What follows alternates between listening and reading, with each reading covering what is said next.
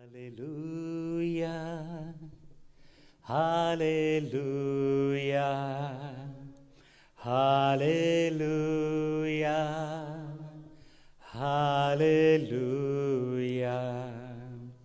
hallelujah, hallelujah, hallelujah, hallelujah. Thank you Jesus. પ્રભુનો પુષ્કળ આભાર. પ્રભુએ ફરીથી આપણને આ સાંજે આ સંગતનો લાભ આપ્યો કે એમના ગુણગાન ગાઈએ, એમને જોઈએ, એમને કહીએ, એમનું સાંભળીએ, એકબીજાને ઉત્તેજન આપીએ. અને પ્રભુનો આભાર કે પ્રભુએ આપણને આ તક આપી.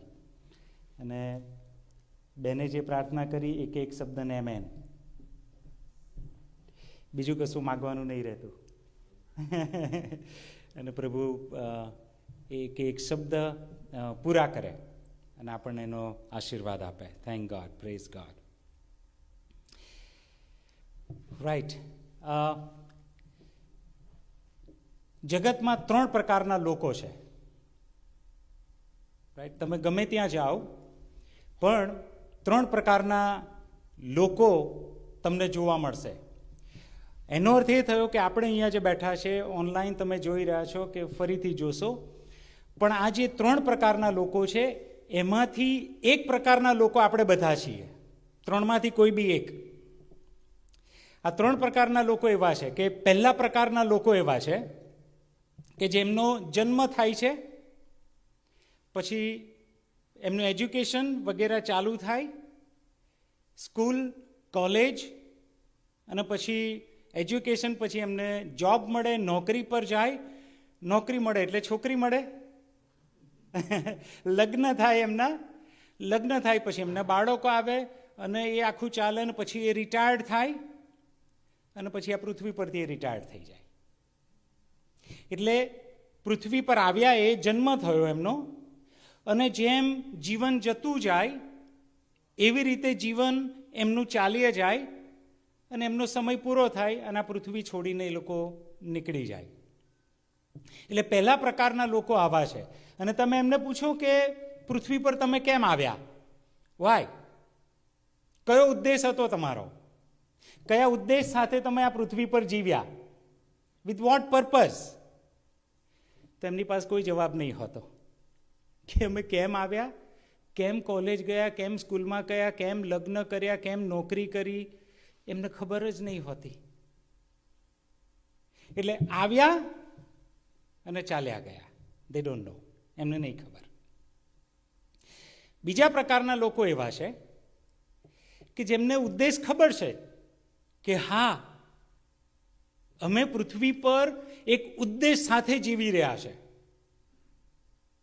ડ્રાઇવિંગ ફોર્સ, એમની પાસે ઉદ્દેશ છે અને એ લોકો જીવી રહ્યા છે. પણ દુઃખની વાત એ છે કે એમની પાસે ઉદ્દેશ છે પણ એ ખોટો ઉદ્દેશ છે. ઉદ્દેશ છે, રાત દિવસ એ ઉદ્દેશની માટે એ લોકો દોડી રહ્યા છે, પણ એમનો ઉદ્દેશ જ ખોટો છે. આ પ્રકારના લોકો, જે બીજા પ્રકારના લોકો છે કે જે ખોટા ઉદ્દેશ સાથે આગળ વધે છે, એ લોકો કેવા છે કે ફોર એન એક્ઝામ્પલ, એ લોકો પૈસાની માટે જીવતા હોય, પૈસો એમનો ઉદ્દેશ હોય. રાત દિવસ તમે એમને પૂછો તો એમનું મગજ ક્યાં કામ કરતું હોય કે પૈસો મને ક્યાંથી મળે, કેવી રીતે હું સર્વાઈવ થઉં, કેવી રીતે મોટી ગાડી આવે, કેવી રીતે મોટું ઘર આવે, કેવી રીતે મોટું પૈસા પાછળ જ હોય લોકો રાત દિવસ. અથવા તો ફેમ, એમને ફેમ જોઈતો હોય કે લોકો વાહ કરે. એટલે બીજા પ્રકારના જે લોકો છે એમની પાસે ઉદ્દેશ છે પણ એ ઉદ્દેશ ખોટો છે. અને આ પ્રકારના લોકો કેવા છે, એ તો જાણે કે સીડી હોય, સીડી પર ચડે, સ્ટેરકેસ, એ સીડી પર ચડે છે. અને સામાન્ય રીતે એ સીડી શાના માટે હોય, ટુ ક્લાઇમ્બ અપ સમવેર. તમે એ સીડીથી કોઈક જગ્યાએ પહોંચી શકો એના માટે તમે દાદરા ચડતા હો.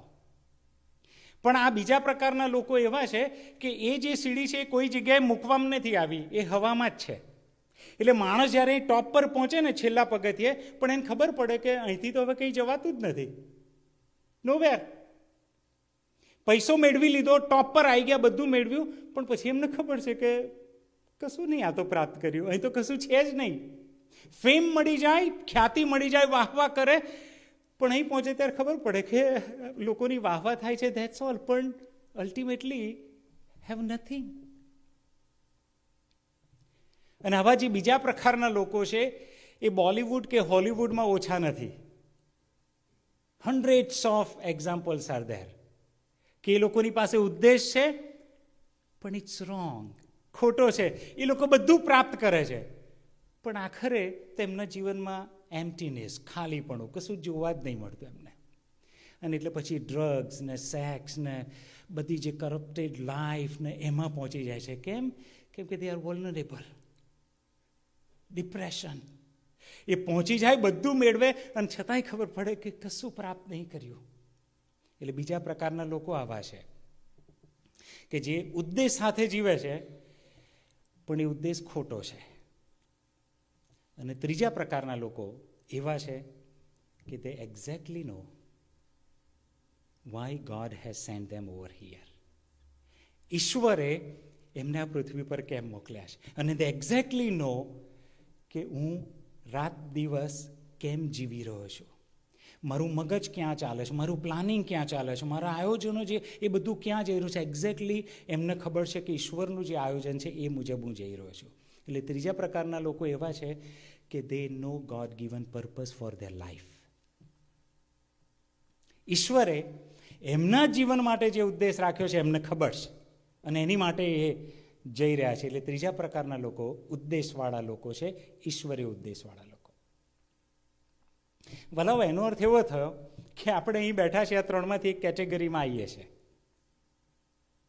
પહેલી કેટેગરી, દે ડોન્ટ નો. આવ્યા, પૃથ્વી પરથી નીકળી ગયા, ખબર ના પડી શું થયું, કેમનું થયું. બીજા પ્રકારના લોકો ઉદ્દેશ સાથે જીવે છે પણ at end of the day, end of the life એમને ખબર છે કે have got nothing, emptiness, depression, failure. પણ ત્રીજા પ્રકારના લોકો કે I know everything about God and the purpose God has for me.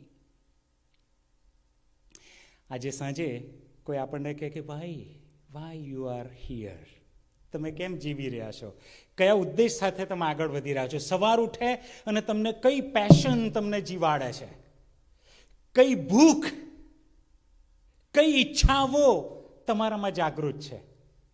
Very important.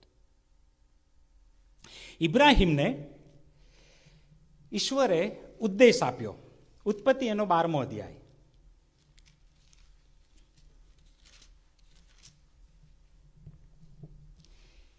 Ibrahim પણ એક સમયે ઉદ્દેશ સાથે અથવા તો ખોટા ઉદ્દેશ સાથે અથવા તો ઉદ્દેશ નહીં હોય એની સાથે જીવતા હતા, પણ ઈશ્વરે ઇબ્રાહિમને ઉદ્દેશ આપ્યો. ઉત્પત્તિ 12મો અધ્યાયની પહેલી કલમ. યહોવાએ ઇબ્રામને કહ્યું, તું તારો દેશ તથા તારા સગા તથા તારા પિતાનું ઘર મૂકીને જે દેશ હું તને દેખાડું તેમાં તું જા, અને હું તારાથી એક મોટી કોમ ઉત્પન્ન કરીશ. વાહ! એક જ માણસને પ્રભુએ કહ્યું, હવે તારાથી હું બહુ મોટી એક નેશન ઊભું કરવાનું છે, એક જાતિ મોટી ઊભી કરવાનું છું. એક જ વ્યક્તિ દ્વારા પ્રભુએ એને કીધું, તારા દ્વારા, ને તને હું આશીર્વાદ આપીશ. કોમ ઉત્પન્ન કરીશ, નેશન તારામાંથી આવશે અને હું તને આશીર્વાદ આપીશ. હવે આશીર્વાદ કોને ના ગમે? ઈશ્વર જ્યારે કે હું તને આશીર્વાદ આપીશ, અલ્ટિમેટલી એ જ છે ને જીવનમાં કે પ્રભુનો આશીર્વાદ જોઈએ. અને ઇબ્રાહિમને કહ્યું હું તને આશીર્વાદ આપવાનો છું, તારું નામ હું મોટું કરીશ.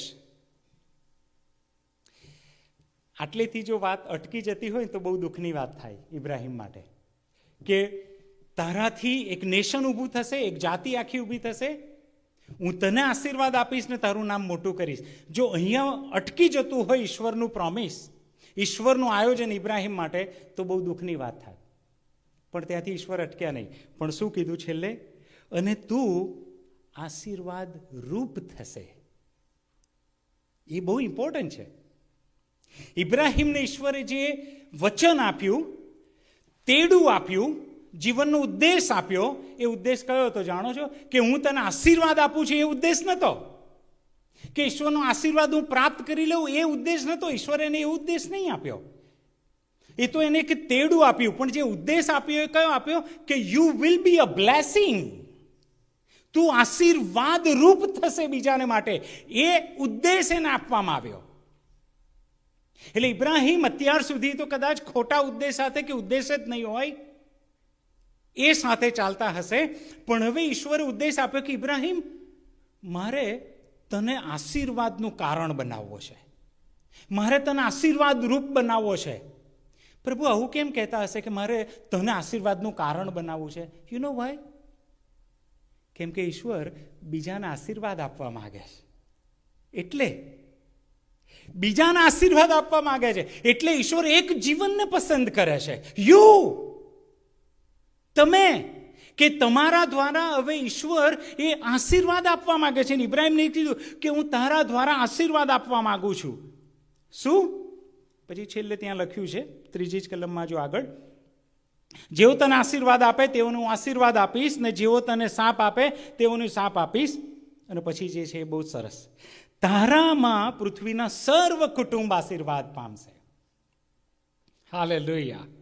તારામાં પૃથ્વીના સર્વ કુટુંબ આશીર્વાદ પામશે. એક જ વ્યક્તિને ઈશ્વરે ઉદ્દેશ આપ્યો કે ઇબ્રાહિમ, હવે પછી તારા જીવનનો જે ઉદ્દેશ છે એ આ છે. કયો? તારામાં પૃથ્વીના સર્વ કુટુંબો આશીર્વાદ પામશે.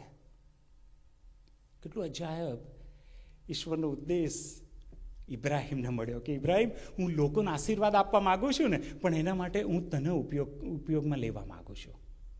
કમ આય, હું જે દેશ બતાવું, હું જે રીતે હવે તને જીવાડું એવી રીતે તું જીવ, તો તારા દ્વારા હું લોકોને આશીર્વાદ આપવા માંગુ છું. અને આપણને ખબર છે ઇબ્રાહિમ, ઈશાક અને યાકૂબ એના ઈશ્વર, અને પછી યાકૂબના 12 દીકરાઓ, અને પછી યહૂદી, ઇઝરાયલ આખું એમાં આવ્યું. એ દેશ, એ જાતિ ઈશ્વરે ઇબ્રાહિમ દ્વારા ઉત્પન્ન કરી. અને ઈશ્વરે કહ્યું હતું કેમ? કે એના દ્વારા, એટલે ઇઝરાયલ પ્રજા દ્વારા, ઇબ્રાહિમ દ્વારા, એના વંશજો દ્વારા પૃથ્વીના સર્વ કુટુંબોને પ્રભુ આશીર્વાદ આપવા માંગે છે. એનો અર્થ એ થયો, ઇઝરાયલ પ્રજાને કેમ પસંદ કરી ઈશ્વરે? વાય? ઇબ્રાહિમને કેમ પસંદ કર્યો? વાય? એનો અર્થ એ હતો કે ઈશ્વર એને આશીર્વાદ આપવા તો માંગે જ છે, દેટ ઇઝ ટ્રુ, પણ એના દ્વારા ઈશ્વરનું જે અલ્ટિમેટ ગોલ છે, ઈશ્વરનો અલ્ટિમેટ પર્પઝ જે છે, એ તો પૃથ્વીના સર્વ લોકો, એના દ્વારા સર્વ લોકો આશીર્વાદ પામે. એટલે ઇઝરાયલ પ્રજા, યહૂદીઓ દ્વારા ઈશ્વર સમગ્ર વિશ્વને આશીર્વાદ આપવા માંગે છે. હવે આ બાબત આપણને માર્કમાં લઈને આવે છે, જે શાસ્ત્ર ભાગ આપણે વાંચ્યો. માર્કની સુવાર્તા એનો 11મો અધ્યાય, એની 12મી કલમ. બીજે દિવસે તેઓ બેથાનિયામાંથી નીકળીને આવતા તે ભૂખ્યા થયા. અંજીરીની વાત છે.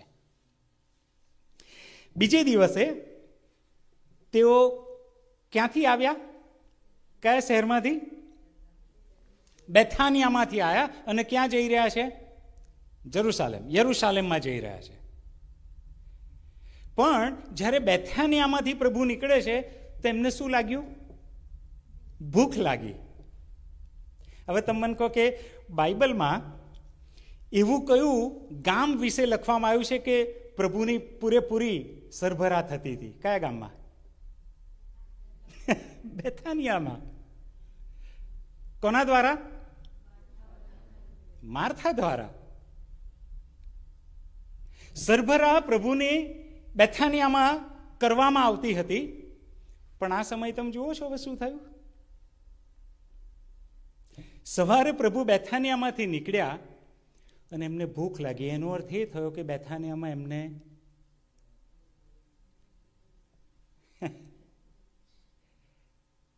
બ્રેકફાસ્ટ મળ્યો નહીં.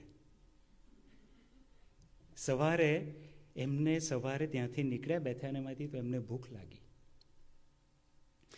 અત્યાર સુધી તો ઈસુની બહુ જ સરભરા થઈ, એમની આગતા સ્વાગતા થઈ, એમના શિષ્યો માટે પણ ભોજન પૂરતું બનાવવામાં આવ્યું. પણ છેલ્લા સમયો, છેલ્લા દિવસો, છેલ્લા કલાકો ઈસુના એવા હતા કે ભલભલા લોકો એમને છોડીને ચાલ્યા ગયા. આ તમારો ને મારો ઈસુ છે કે એને છોડીને ચાલ્યા ગયા. એવી પરિસ્થિતિમાં કે જ્યાં એને જોરદાર ખાવાનું મળતું હતું, એમની આગતા સ્વાગતા થતી હતી, પણ હવે એ એવી રીતે ત્યાંથી નીકળ્યા. ખબર નહીં કેમ, શું થયું હશે. માર્થા કદાચ વહેલા નહીં ઉઠી શક્યા હોય કે ખબર નહીં, પણ એમને ભૂખ લાગી. બીજી એક મહત્વની બાબત અહીંયા પ્રભુ ઈસુ વિશે જ્યારે લખવામાં આવ્યું કે એમને ભૂખ લાગી, આ બાબત શું સૂચવે છે? પ્રભુ ઈસુ વિશે મોટા ભાગે મેં જોયું છે કે બહુ ખોટો ખ્યાલ લોકોને છે, ઘણા બધા લોકોને. હું આશા રાખું કે તમને એવું નહીં હોય, પણ મોટા ભાગના લોકોને પ્રભુ ઈસુ વિશે બહુ ખોટો ખ્યાલ છે કે પ્રભુ ઈસુ પૃથ્વી પર આવ્યા ને તો એ 100% ગોડ અને 100% મેન હતા, કે એ 100% ઈશ્વર હતા અને 100% મનુષ્ય હતા. જો તમે આવું માનો છો તો એ ખોટું છે. ના. ફિલિપીના પત્રમાં આવો, એનો 2 અધ્યાય.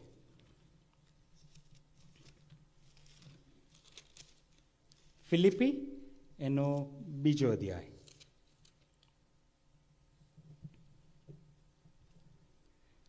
રાઈટ, અને 6 કલમથી આગળ હું વાંચું છું. ફિલિપી 2:6. પોતે એટલે પ્રભુ ઈસુ વિશે લખવામાં આવ્યું છે.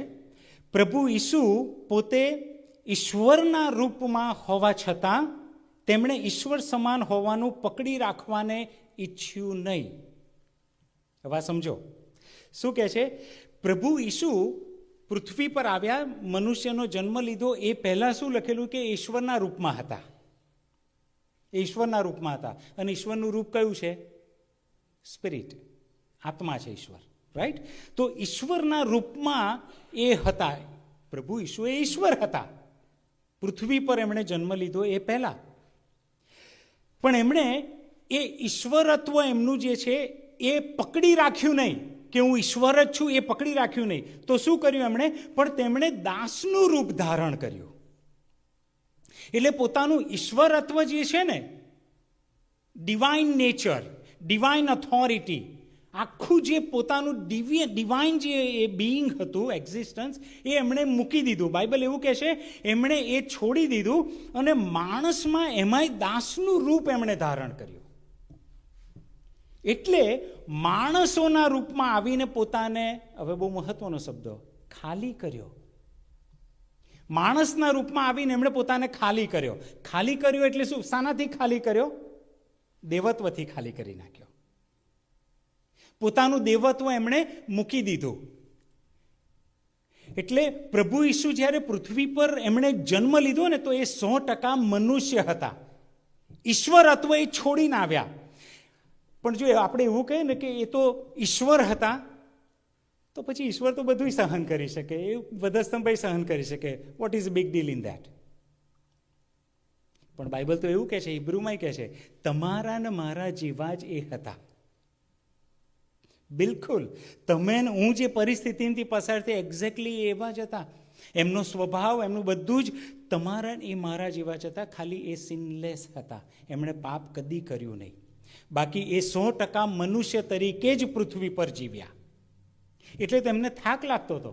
ખબર છે તમને? એમને થાક લાગતો હતો, એ સૂઈ જતા હતા. ઇવન એવું તોફાન ચાલે હોડીમાં અને છતાંય એ સૂતા હોય. એ ઊંઘ કેવી, એ થાક કેવો હશે વિચારો તમે. કમ્પ્લીટ મનુષ્ય હતા. અને એટલે બાઇબલ અહીં કહે છે એમને ભૂખ લાગી, કેમ કે એ તમારા મારા જેવા હતા. એ આપણને કેટલું બળ આપે છે કે ઈસુ તમારા મારા જેવા હતા, છતાંય આટલું પરાક્રમી જીવન જીવી શક્યા. તો વાય નોટ વી? તો આપણે કેમ આવું જીવન ના જીવી શકીએ? એટલે છે ને, શૈતાને શું કર્યું છે? આપણને એવું એ કરી દીધું કે એ તો ઈશ્વર હતા ને એટલે આવું કરી શકીએ. ના, એ મનુષ્ય હતા, છતાંય આવી રીતે જીવન જીવ્યું, છતાંય આવી રીતે સેવા કરી, છતાંય પવિત્ર રહ્યા. તો આપણે કેમ ના કરી શકીએ? આપણે એવા જ છીએ, આપણે જ મનુષ્ય એમના જેવા જ. તો આપણે પણ એ પ્રભુ ઈસુના જેવા બની શકે, કેમ કે આખરે તો પ્રભુ ઈસુની ઈચ્છા જ એવી છે કે તમેનું એમના જેવા બનીએ. એટલે તો એમણે પૃથ્વી પર આવીને નમૂનો આપ્યો કે જો મનુષ્ય આવું જીવન જીવી શકે છે, મનુષ્ય આવી રીતે સેવા કરી શકે છે, તમે પણ આવી રીતે કરી શકો છો. આ પ્રભુ ઈસુએ કહ્યું. એટલે પ્રભુ ઈસુને ત્યાં ભૂખ લાગી, કેમ કે એ તમારા ને મારા જેવા જ હતા. અને એક અંજીરીને જેને પાંદડા આવ્યા હતા તેને દૂરથી જોઈ અને તેને કદાચ તેની પર કંઈ ફળ હશે એને મળે એ માટે એ પાંદડા એની નજીક ગયા અને ત્યાં કહ્યું કે પાંદડા વિના તેમને કંઈક મળ્યું નહીં, કેમ કે અંજીરની ઋતુ હતી નહીં. અને ઈસુએ તેને કહ્યું, હવેથી તારા પર કદી ફળ લાગો નહીં, તારા પર કોઈ ફળ હવે ખાશે નહીં. પ્રભુ ઈસુએ જે બધા ચમત્કારો કર્યા ને, જે સુવાર્તામાં લખવામાં આવ્યા છે, એમાંથી આ જે ચમત્કાર છે એ બહુ અલગ છે બીજા બધા ચમત્કારોથી. ફોર એન એક્ઝામ્પલ, કાના ગામમાં પ્રભુ ઈસુએ જે પાણીનો દ્રાક્ષારસ બનાવ્યો, તો એ દ્રાક્ષારસ કોના માટે બનાવ્યો? એમણે લોકો માટે, રાઈટ? લોકોની જરૂરિયાત પૂરી કરી પ્રભુ ઈસુએ. પછી એમના શિષ્યો જ્યારે વાણમાં જતા હતા અને તોફાન થયું, તો એ તોફાનને પ્રભુ ઈસુએ કંટ્રોલમાં લાવી દીધું એમના શબ્દો દ્વારા કે શાંત થા. તો આ કોના માટે કર્યું પ્રભુએ? એમના શિષ્યોને બચાવવાના માટે. 5,000ને જમાડ્યા, 4,000ને જમાડ્યા, થોડી જ માછલીઓ અને થોડા જ રોટલી સાથે. એ ચમત્કાર કોના માટે કર્યો પ્રભુએ? લોકો માટે. પણ આ જે ચમત્કાર છે અંજીરીને સૂકવી દેવાનો, એનાથી કોઈ લાભ જ નહીં થયો. અત્યાર સુધી પ્રભુ ઈસુએ જે ચમત્કારો કર્યા એ બીજાના લોકોને માટે, એમની રક્ષાને માટે, એમનું પ્રોવિઝન માટે, એમને પૂરું પડે વગેરે વગેરે, એના સારાપણાના માટે, આશીર્વાદને માટે ચમત્કારો કર્યા. પણ આ જે ચમત્કાર છે એમાં કોઈને લાભ જ થયો નહીં, ઉલટું નુકસાન થયું. પ્રભુ ઈસુને આનાથી તો લાભ થયો નહીં, એમને કશું મળ્યું નહીં. બાઇબલના જે વિરોધીઓ છે એ લોકો આ શાસ્ત્ર ભાગને બહુ અલગ રીતે પકડી રાખ્યું છે ઈસુની બાઇબલની વિરુદ્ધ બોલવાના માટે. કેમ? તો કે આવા તો ઈસુ હોતા હશે, આવા તો ઈશ્વર હોતા હશે કે વગર કામની પેલી અંજીરીને એ કરી નાખ્યું કે એનો કોઈ ફાયદો નહોતો. પણ એવું નથી. તમારો મારો ઈસુ એવો નથી કે એ વગર કામનું બધું કર્યા કરે. ધેર ઇઝ અ પર્પસ, ઉદ્દેશ છે. પ્રભુ ઈસુ કશું પણ કરે એની પાછળ એમનો ઉદ્દેશ છે. અને એટલે આપણને એવું લાગતું હોય કે શું કામ આવું કર્યું પ્રભુએ, પણ એનો ઉદ્દેશ છે પ્રભુ. અંજીરી એ ઇસ્રાયલ પ્રજાનું રૂપક છે. ઇસ્રાયલ પ્રજાને અંજીરી સાથે ઘણી બધી વાર સરખાવવામાં આવી છે. ઇબ્રાહિમને કહ્યું હતું, તારો વંશ એ આશીર્વાદ પામશે અને બીજાના માટે આશીર્વાદ રૂપ થશે. પૃથ્વીના સર્વ લોકો તારા કુળમાં આશીર્વાદિત થશે. ઇસ્રાયલ પ્રજાને મેં પસંદ કરીશ, પ્રભુએ કહ્યું, કે જેથી બીજાને એ આશીર્વાદ હું આપી શકું એના દ્વારા.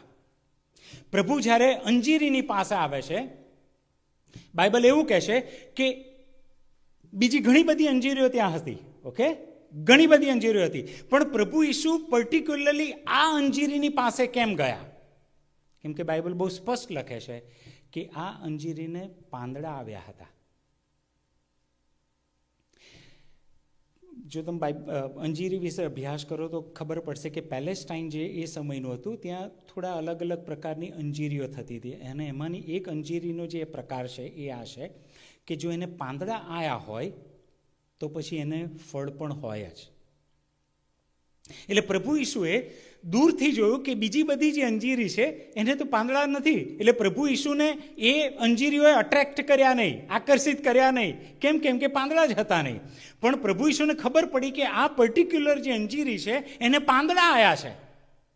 અને એ પાંદડાને લીધે પ્રભુ આકર્ષિત થયા કે વાવ, પાંદડા છે તો ફળ હોવા જ જોઈએ અંજીરીને. ભલે અંજીરી ફળનું ઋતુ ના હોય, કારણ બાઇબલ એવું કહે છે ને કે એ ઋતુ હતી જ નહીં, તો પછી પ્રભુ ઈસુ આશા કેમ નહીં રાખી શકે ઋતુ ના હોય તો? પ્રભુ ઈસુએ આશા એટલા માટે રાખી કે એ જોઈને, બાઇબલ એવું કહે છે, પાંદડા જોઈને પ્રભુ ઈસુ ત્યાં ગયા, જોઈને. એટલે પાંદડાએ પ્રભુ ઈસુને આકર્ષિત કર્યા કે મારી પાસે આવો ફળ છે. કેમ કે પાંદડા હોય તો ફળ હોવા જ જોઈએ. ફળ ના હોય તો એનો અર્થ એ કે પાંદડા હમણાં નથી, અને પાંદડા ના હોય તો ફળ નથી. બંને જોડાયેલા છે. એટલે પાંદડા શું છે જાણો છો તમે? અંજીરીના જે પાંદડા છે જેણે પ્રભુ ઈસુને આકર્ષિત કર્યા, એ પાંદડા શું છે? પાંદડા એ ડિક્લેરેશન છે કે આઈ એમ ફ્રૂટફુલ.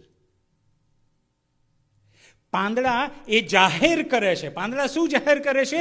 કે મારામાં ફળ છે, આવો. પાંદડા એ જાહેર કરનાર બાબત છે. એટલે તો પ્રભુ ઈસુ ગયા. પાંદડા એ બોલાવે છે કે આવો જુઓ, ફળ છે. ડિક્લેરેશન. એ લોકોને જાહેર કરે છે, જુઓ. આપણે પણ ડિક્લેર કરીએ છીએ, રાઈટ? આપણામાં પણ પાંદડા છે. તમે જોજો, આપણા કેટલાય ઘર હશે તો ઘરની ઉપર બાઇબલના વાક્યો અથવા તો બેથેલ કે ઇઝરાયલ કે એવા નામ લખ્યા હશે, કનાન કે ઘરની ઉપર. આ શું છે? એ પાંદડું છે.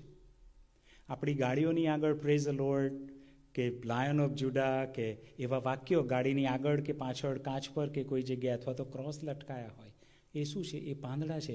વી આર ડિક્લેરિંગ ધી આઉટસાઇડર્સ કે હું ગ્રીન છું, હું અટેચ છું, હું ક્રિશ્ચિયન છું, હું ક્રાઇસ્ટને ફોલો કરું છું. આ ઘર એ યરુશાલેમ, કનાન, બેથેલ જે લખ્યું છે એનાથી લોકોને આપણે શું જાહેર કરીએ છીએ? આઈ બિલોંગ્સ ટુ જીસસ. આ ઘર ઈસુના લોકોનું છે, આ કાર ઈસુના લોકોની છે. ગળામાં ક્રોસ પહેરીએ, આ જીવન, આ શરીર, આ ઈસુનું છે. આ ડિક્લેર કરીએ છીએ આપણે લોકોને કે જુઓ, ઈસુની સાથે અમારો સંબંધ છે. લોકોને એના દ્વારા આકર્ષિત કરીએ છીએ કે કમ એન્ડ સી. જેમ આ પાંદડા, જે અંજીરીના પાંદડા હતા, તો અંજીરીએ પ્રભુ ઈસુને આકર્ષિત કર્યા. પ્રભુ આવીને જુઓ, પાંદડા છે, જુઓ, આવો, આવો. આ ડિક્લેરેશન છે. હવે પ્રભુ ઈસુ એની નજીક ગયા અને પ્રભુ ઈસુએ જોયું કે પાંદડા તો છે પણ ફળ નથી. અને પ્રભુ ત્યાં દુઃખી થયા કે તે મને દૂરથી બતાવ્યું કે તારે પાંદડા છે, તે ડિક્લેર કર્યું કે તું ગ્રીન છું, ઈશ્વર સાથે તારો સંબંધ છે, તું સફળ છું. અને જ્યારે હું નજીક આવું છું ને ફળની આશા રાખું છું કે મારે ફળ જોઈએ છે, મને ભૂખ લાગી છે, અને ફળ જ નથી ત્યાં. આ કેવું જીવન કે જે એક બાજુ બતાવે છે કે પાંદડા છે, એક બાજુ ડિક્લેર કરે છે કે હું ઈસુનો છું, ઈસુ સાથે મારો સંબંધ છે, પણ જ્યારે ફળ જોવા જઈએ કે okay let us see fruit now, તો ફળ નથી. અને આ ઇઝરાયલ પ્રજા છે. આ ઇઝરાયલ પ્રજા છે, આ જે અંજીરી. જૂના કરારમાં તમે અભ્યાસ કરો તો તમને ખબર પડશે કે પ્રભુના જે પ્રબોધકો આવીને ગયા, પ્રોફેટ્સ, એ લોકોએ પૃથ્વી પરની વાતો લઈ અને લોકોને ઈશ્વરના સંદેશ આપ્યા. ફોર એન એક્ઝામ્પલ, યર્મિયાએ જે બળદની ઝૂંસરી જે હોય એ પોતે લઈને ફર્યા. કેમ? લોકોને બતાવવા માટે કે જુઓ કે આ રીતે જે ઝૂંસરી, હવે યોગ જે છે એ હું મારી પર લઈને ફરું છું ને, ઇઝરાયલને આ રીતે ગુલામીમાં લઈ જવામાં આવશે. સિમ્બોલ્સ. આ અહીંયા પ્રભુ ઈસુએ જે અંજીરીની સાથે વ્યવહાર કર્યો, એ પ્રભુ એના દ્વારા એક મેસેજ ઇઝરાયલ પ્રજાને આપવા માંગે છે કે હે અંજીરી, હે ઇઝરાયલ, તને ઈશ્વરે પસંદ કરી, તને આશીર્વાદ આપ્યો. કેમ કે ઇબ્રાહિમ સાથે ઈશ્વરે કરાર કર્યો હતો કે ઇબ્રાહિમ, તું મારો છે, મેં તને બોલાવ્યો છે અને હું તને આશીર્વાદ આપવા માંગુ છું, પણ એ આશીર્વાદ પાછળનું કારણ મારું તું નથી કે તું ફળવંત થાય, તું આશીર્વાદિત રહે, તું બધું ભેગું કર. મારો ઉદ્દેશ એ નથી, તું નહીં ઇબ્રાહિમ, પણ તારા દ્વારા પૃથ્વીના સર્વ કુટુંબો મારા માટે મહત્વના છે. પણ આજે હે અંજીરી, તે ખાલી જાહેર જ કરતી આવી, હું ઈસુનું, હું ઈસુનું, હું ઈસુનું. પણ જ્યારે ફળ જોવા જઈએ છે, જીવનો જોવા જઈએ છે, સ્વભાવ જોવા જઈએ છે, સારા કાર્યો જોવા જઈએ છે, તો કે છે કે કશું નથી ત્યાં. તો હે ઇસ્રાએલ. અને એટલે પ્રભુ ઈસુએ અંજીરીને કહ્યું કે બસ, બહુ થયું હવે. આટલા વર્ષો મેં તને આપ્યા કે જેથી યહોવાને તે પ્રાપ્ત કર્યો છે એ યહોવા બીજી જાતિઓમાં જવાય, યહોવાને બીજી જાતિઓમાં લઈ જવા જોઈએ, કે જેથી બીજી જાતિઓ આકર્ષાય કે ઓ યહોવા આવા છે, ઓ યહોવા આવી રીતે આશીર્વાદ આપે છે, ઓ યહોવાની પાછળ જવાથી જીવન આવું બને છે, તો અમે જઈએ. પણ ઇસ્રાએલ પ્રજાએ આ ઈશ્વરનો જે આશીર્વાદ છે એ કદી બહાર જવા દીધો નહીં. એમની સીમિત જ રાખ્યો, ફળ આપ્યું નહીં, ગ્રીનરી બતાવી કે અમે યહોવાના, અમે યહોવાના, અમે યહોવાના. પણ જ્યારે ઈશ્વરે કીધું કે તું આશીર્વાદ રૂપ થયો છે બીજાને તારા દ્વારા, હે ઇસ્રાએલ આશીર્વાદ મળ્યો છે, તો ના. વિદેશીઓને તો એ લોકો કૂતરા સમાન ગણતા હતા. પોતે જ ઈશ્વરની પસંદ કરેલી પ્રજા, બીજા લોકો ઈશ્વરનો આખો જે ઉદ્દેશ હતો ને એ જ ભૂલી ગયા લોકો. એટલે પ્રભુ ઈસુએ એક ઉદાહરણ આપ્યું, દ્રષ્ટાંત આપ્યું. અને એ દ્રષ્ટાંતમાં શું કહ્યું પ્રભુએ? કે અંજીરી હતી, એને ફળ લાગતા નહોતા.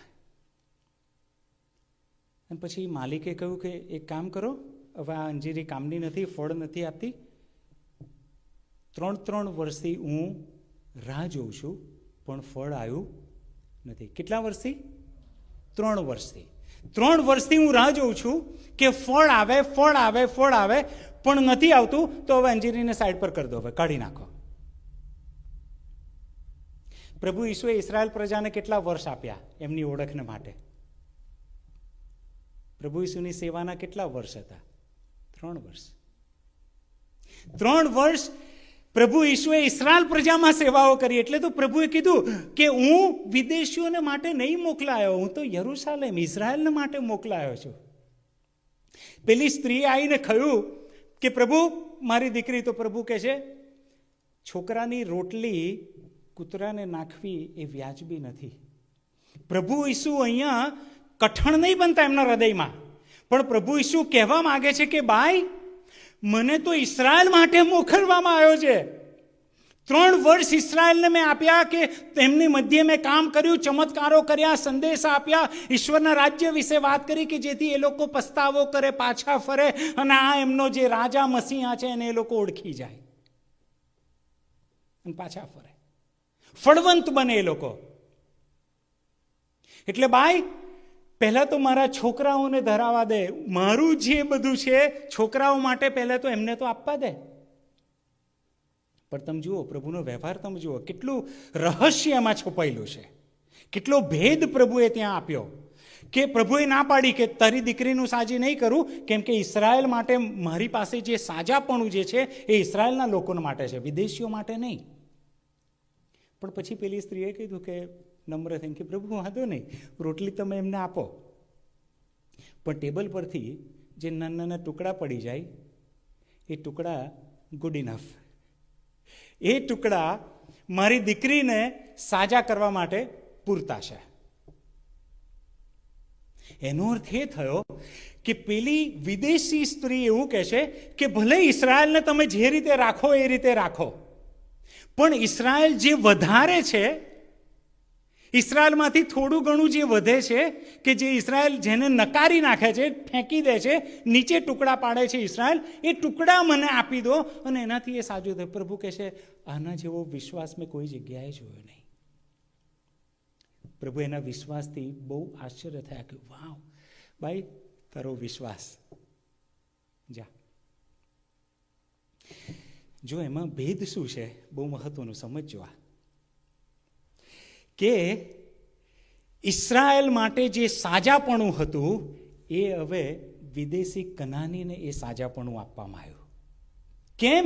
ઇઝરાયલને જે આશીર્વાદ આપવામાં આવેલો એ ઇઝરાયલ નિષ્ફળ ગયો આશીર્વાદને વહેંચવાના માટે, આશીર્વાદને આગળ જવા માટે એ નિષ્ફળ ગયો, એટલે એ આશીર્વાદ વિદેશીઓમાં ગયો. અને વાલાવો, આપણે પ્રભુના બહુ આભારી છીએ કે એ વિદેશીઓમાં એ આશીર્વાદ આવ્યો. હાલેલુયા. તમને ને મને ઈસુ મળ્યા. બાકી એ ઈસુ પરમ પવિત્ર સ્થાનમાં જ એ લોકોએ જ સીમિત રાખેલા, પણ પ્રભુ ઈસુએ આવીને કહ્યું કે ના, હું તો મારા લોકને માટે છું. ઇબ્રાહીમમાં પૃથ્વીના સર્વ કુટુંબો આશીર્વાદિત થશે, દરેક કુટુંબો આશીર્વાદિત થશે. આ ઈશ્વરની યોજના હતી. પણ ઇઝરાયલ એ સમજી ના શક્યું અને નિષ્ફળ ગયું. તો ઈશ્વર કહે છે, જો ફળ ના આવતું હોય, ખાલી દાવો કરતું હોય કે હું ક્રિશ્ચિયન છું, ક્રિશ્ચિયન છું, ક્રિશ્ચિયન છું, નામથી, ઘર પર નામથી, કારથી, ગમે તેનાથી ક્રિશ્ચિયન ક્રિશ્ચિયન ક્રિશ્ચિયન, પણ જો ફળ ના હોય, એવું જીવન ના હોય, ઈસુનો સ્વભાવ દેખાતો ના હોય, તો પછી એ કામનું નથી. કાઢી નાખો એને, કાઢી નાખો. બોલાવો, તમેનું કયા સમયગાળામાં જીવી રહ્યા છે જાણો છો? આ 3 વર્ષના સમયગાળામાં જીવી રહ્યા છે. 3 years કે 3 વર્ષ એની માવજત થઈ. 3 વર્ષ સુધી રહેવા દે. 3 વર્ષના સમયગાળામાં છીએ આપણે કે ઈસુ રાહ જોઈ રહ્યા છે કે આપણે ફળવંત બનીએ. ખાલી ખ્રિસ્તી છું, ક્રિશ્ચિયન છું, ક્રિશ્ચિયન નામ અમારા છે, ઇટ ડઝન્ટ મેટર.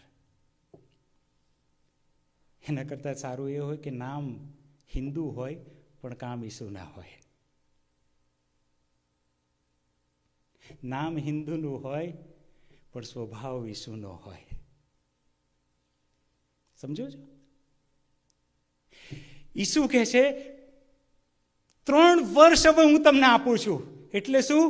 ન્યાયાસન એમનું આવે ત્યાં સુધીનો સમયગાળો પ્રભુએ એમને આપ્યો, ઇઝરાયલને આપ્યો કે તને સમય આપું છું, સંભાળી લે, ફળવંત બની જા. પણ એ ના થયું. અને એટલે પછી ઈશ્વરે મંડળી ઊભી કરી, ચર્ચ ઓફ ક્રાઇસ્ટ. ઇઝરાયલ પર જ્યાં નિષ્ફળ ગયું, એ ઈશ્વરનો આશીર્વાદ બીજાને મળે એના માટે, તો ઈશ્વરે એને સાઈડ પર કરી, ઇઝરાયલ પ્રજાને. એટલે તમે જુઓ, આજે એ લોકો ઈસુને હજુ સ્વીકારી નહીં શક્યા કે હી ઇઝ ધ મસાયા, એ મસીહા છે, નહીં સ્વીકારી શક્યા. એમને સાઈડ પર કર્યા, કેમ કે ઈશ્વરને તો લોકોને આશીર્વાદ જ આપવા હતા, પણ જો એ લોકો સીમિત છે તો પ્રભુ ઈસુના દ્વારા એમનું શરીર ઉત્પન્ન કર્યું. એમનું શરીર એટલે મંડળી, પ્રભુ ઈસુની બારી મંડળી પ્રભુએ ઉત્પન્ન કરી. આગળ એ કરી, એક ટોળું એ કર્યું 50મા દિવસ પછી, કે જેથી હવે આ ટોળા દ્વારા, મંડળી દ્વારા ઇબ્રાહીમનો જે કરાર છે, ઇબ્રાહીમ સાથેનો જે ઉદ્દેશ છે, એ ઉદ્દેશ હવે તમારા મારા દ્વારા પ્રભુ લઈ જવા માંગે છે. એનો અર્થ શું થયો? કે ઇબ્રાહીમ દ્વારા જે કરવા માંગતા હતા, ઇઝરાયલ દ્વારા જે કરવા માંગતા હતા, એ પ્રભુ હવે તમારા મારા દ્વારા કરવા માંગે છે. શું? બીજાને આશીર્વાદ મળે. પૃથ્વીના સર્વ કુટુંબો તમારા મારા દ્વારા આશીર્વાદ મળે એમને. આ પ્રભુની ઈચ્છા છે, આ પ્રભુનો ઉદ્દેશ છે. આપણને પૂછવામાં આવે કે ઉદ્દેશ હવે પરિપૂર્ણ થઈ રહ્યો છે, પૃથ્વીના લોકો તમારા મારા દ્વારા આશીર્વાદ પામી રહ્યા છે, તો આપણો શું જવાબ હોય?